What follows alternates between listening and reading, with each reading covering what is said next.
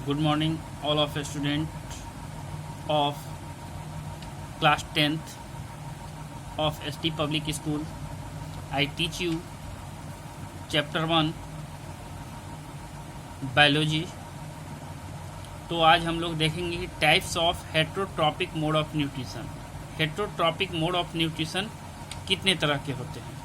तो ये there are 3 types of heterotrophic mode of nutrition: saprophytic nutrition, parasitic nutrition and holozoic nutrition.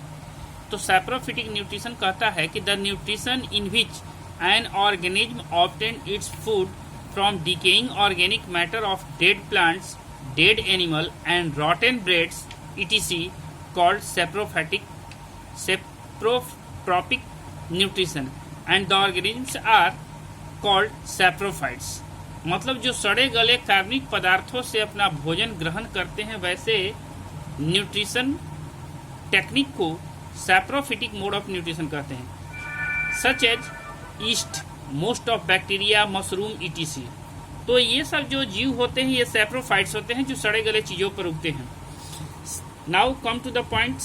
Second number, parasitic nutrition, the nutrition in which the an organism obtain its food from body of another living होर्स without killing it called parasitic nutrition.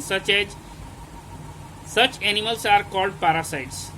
जो कहता है कि nutrition की ऐसी technique जिसमें जीव किसी दूसरे जीव से बिना कील किए न्यूट्रिशन ग्रहण करता है तो उसे हम लोग पैरासिटिक मोड ऑफ न्यूट्रिशन कहते हैं। जैसे कसकुता, जिसे साधारण भाषा में अमरबेल या अमरलता के नाम से जाना जाता है, प्लाज्मोडियम, राउंडवॉर्म, टैपवॉर्म। तो ये सब जो होते हैं, प्लाज्मोडियम के कारण मलेरिया रोग होता है। राउंडवॉर्म और टैपवॉर्म हम लोग के पेट में पाए जाते हैं जो इससे प्रदूषित भोज्य पदार्थों के ग्रहण करने से इसका जन्म होता है। होलोजोइक न्यूट्रिशन कहता है कि the nutrition in which ingestion, digestion and egestion process होता है वैसे न्यूट्रिशन को होलोजोइक न्यूट्रिशन कहते हैं। इंजेशन मतलब होता है भोजन को अपने बॉडी के भीतर लेना।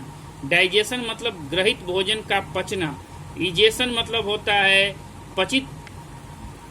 अपचित भोज्य पदार्थों का शरीर से बाहर निकलना।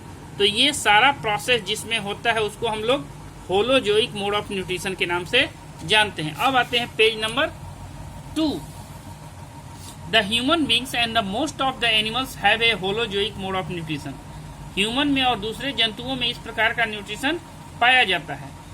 अब हम लोग डील करेंगे फोटोसिंथेसिस। फोटोसिंथेसिस क्या होता है?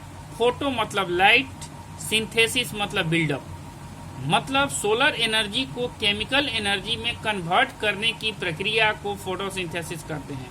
जैसे 6CO2 + 6H2O that is the inorganic matter. Light की उपस्थिति में क्लोरोफिल की सहायता से इनको ग्लूकोज में कन्वर्ट किया जाता है और साथ में बाई प्रोडक्ट के रूप में ऑक्सीजन गैस बाहर निकलती है।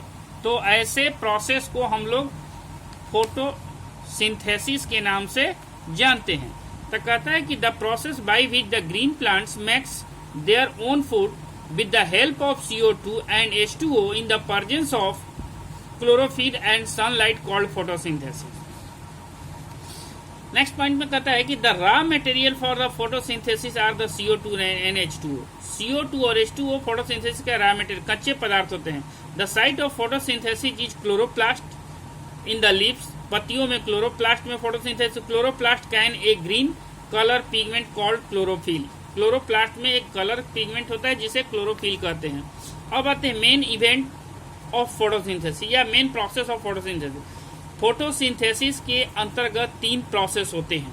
First of all, absorption of light energy by chlorophyll. Chlorophyll के द्वारा लाइट एनर्जी को एब्जॉर्ब किया जाता है। दूसरे प्रोसेस में होता है conversion of light energy to the chemical energy and splitting of water molecule in hydrogen and oxygen. इस लाइट एनर्जी को केमिकल एनर्जी में कन्वर्ट किया जाता है और फिर वाटर मॉलिक्यूल को लाइट की उपस्थिति में ऑक्सीजन तथा हाइड्रोजन में तोड़ दिया जाता है। ऑक्सीजन बाहर निकल जाता है, हाइड्रोजन दूसरे कार्य में उपयोग किए जाते हैं। थर्ड प्रोसेस होता है reduction of CO2 to form carbohydrate. अब मुक्त हाइड्रोजन CO2 के साथ संयोग करके कार्बोहाइड्रेट का निर्माण करते हैं। तो ये 3 प्रोसेस होते हैं क्लोरोफिल के अंतर्गत।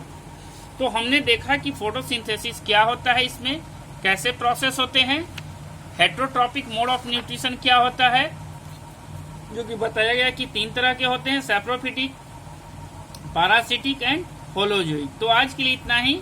Best of good luck. Thank you.